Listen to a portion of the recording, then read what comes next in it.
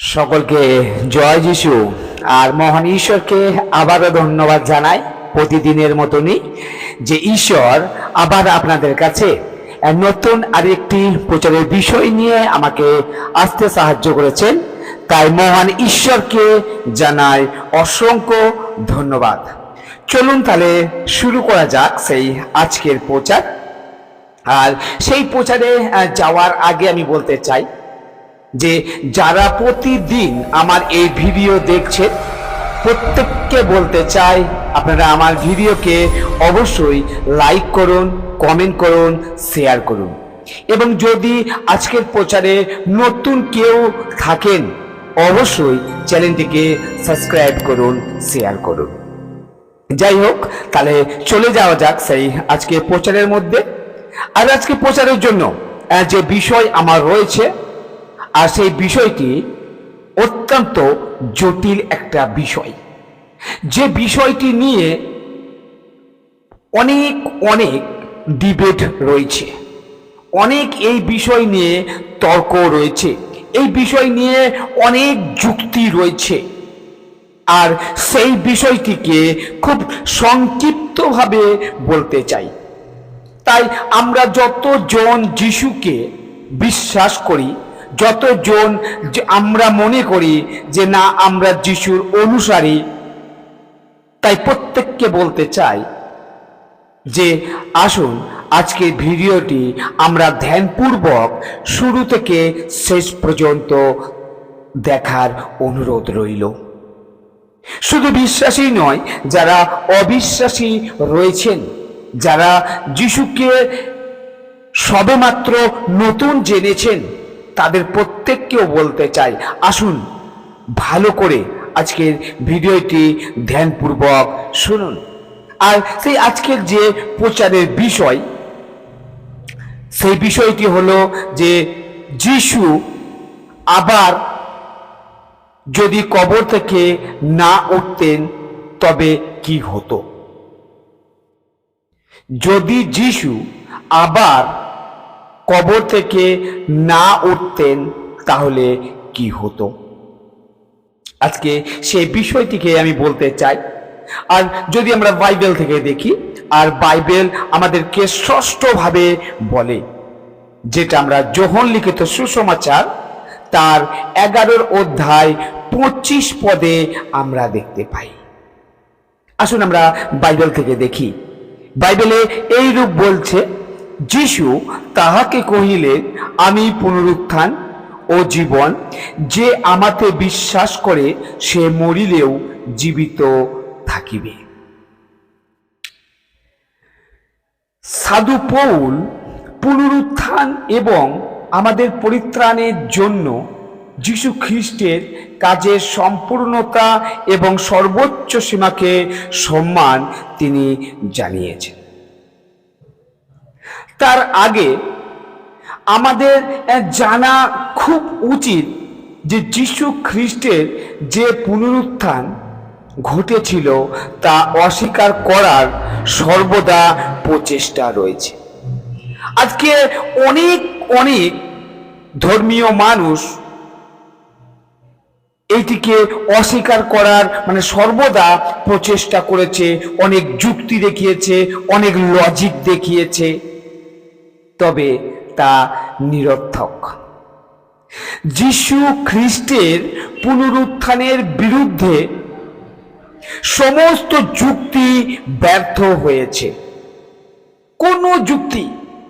কোনো যুক্তি যথার্থ হয়নি, সমস্ত যুক্তি ব্যর্থ হয়েছে যারা এর বিরুদ্ধে যুক্তি দিতে চেয়েছিল।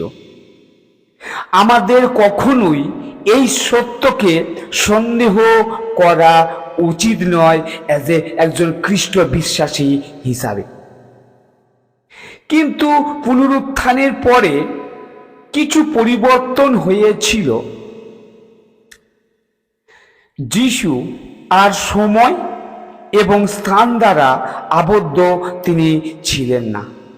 তিনি যে কোনো জায়গায় দৃশ্যমান হতে এবং যে কোনো সময় অদৃশ্য তিনি হতে পারতেন।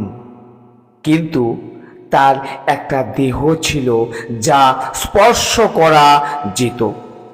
তিনি শিষ্যদের সাথে কথা বলতে ও সহভাগিতা করতে তিনি পারতেন।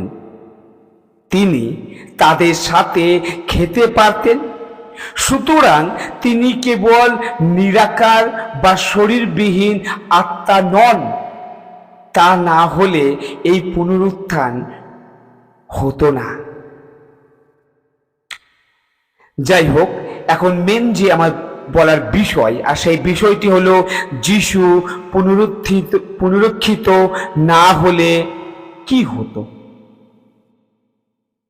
প্রথমত যদি আমরা বাইবেল থেকে দেখি, 1 করন্থীয় তার 15 অধ্যায় 14 পদে সেই বিষয়টি আমরা দেখতে পাই। 1 করন্থীয় 15 অধ্যায় 14 পদে পাই, সেটি হলো, আর খ্রিস্ট যদি উত্থাপিত না হইয়া থাকেন, তাহা হইলে তো আমাদের প্রচারও বৃথা, তোমাদের বিশ্বাসও বৃথা।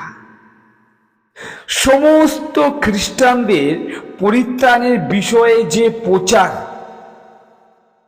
আজকে বিভিন্ন চার্চের যারা প্রচারক রয়েছে এবং সাধারণ মানুষ যারা আমরা রয়েছি, যারা আমরা প্রচার করছি সে যিশুর সুসমাচার, তাহলে সব কিছু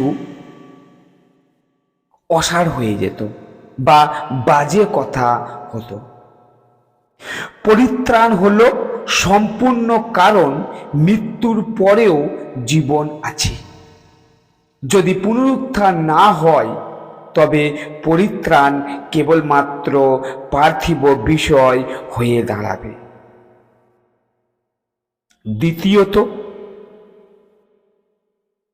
যদি আমরা বাইবেল থেকে দেখি, 1 করন্থীয় 15 অধ্যায় 17 পদে আমরা পাই, আর খ্রিস্ট যদি উত্থাপিত না হইয়া থাকেন, তাহা হইলে তোমাদের বিশ্বাস অলিক, এখনো তোমরা আপন আপন পাপে রহিয়াছ। পুনরুত্থান না হলে পাপের ক্ষমাও থাকবে না। আমরা সকলেই পাপের মধ্যে পড়ে থাকব, সুতরাং পরিত্রাণের কোনো অর্থ হতো না। তৃতীয়ত, সেটি হলো যে যদি আমরা বাইবেল থেকে দেখি, 1 করন্থীয় 15 অধ্যায় 50 থেকে 52 পদে আমরা দেখতে পাই, সেখানে এই রূপ লেখা হয়েছে, আমি এই বলি, ভাতৃগণ, রক্ত মাংস ঈশ্বরের রাজ্যের অধিকারী হইতে পারে না, এবং ক্ষয় অক্ষয় তার অধিকারী হয় না। দেখো, আমি তোমাদিগকে এক নিগূঢ় তত্ত্ব বলি, আমরা সকলে নিদ্রাগত হইব না, কিন্তু সকলে রূপান্তরিত হইব, এক মুহূর্তের মধ্যে, চক্ষুর পলকে, শেষ তূরীধ্বনিতে হইব। কেননা তুরি বাজিবে, তাহাতে মৃতরা অক্ষয় হইয়া উত্থাপিত হইবে, এবং আমরা রূপান্তরিত হইব। এইখানে ঈশ্বর আমাদেরকে কি বলছেন? বলছেন যে পুনরুত্থান না হলে আমরা কখনোই স্বর্গের আশা করতে পারি না। স্বর্গ এমন এক স্থান যেখানে পুনরুত্থিত দেহ প্রবেশ করে। এই পার্থিব দেহকে স্বর্গে প্রবেশের জন্য রূপান্তরিত হতে হবে। তাহলে আজকে এই প্রচার থেকে আমরা কি শিখতে পারি? আমরা এটা শিখতে পারি বা জানতে পারি যে ক্রুশের ওপর গভীরতম ত্যাগ পুনরুত্থানের মাধ্যমে গৌরবময় সিদ্ধ হয়েছে। সমস্ত বিশ্বাসী যিশুর মতন পুনরুত্থিত হবে। ঈশ্বর তার আপন বাক্যে আমাদের প্রত্যেককে আশীর্বাদ করুক। আমেন। জয় যিশু।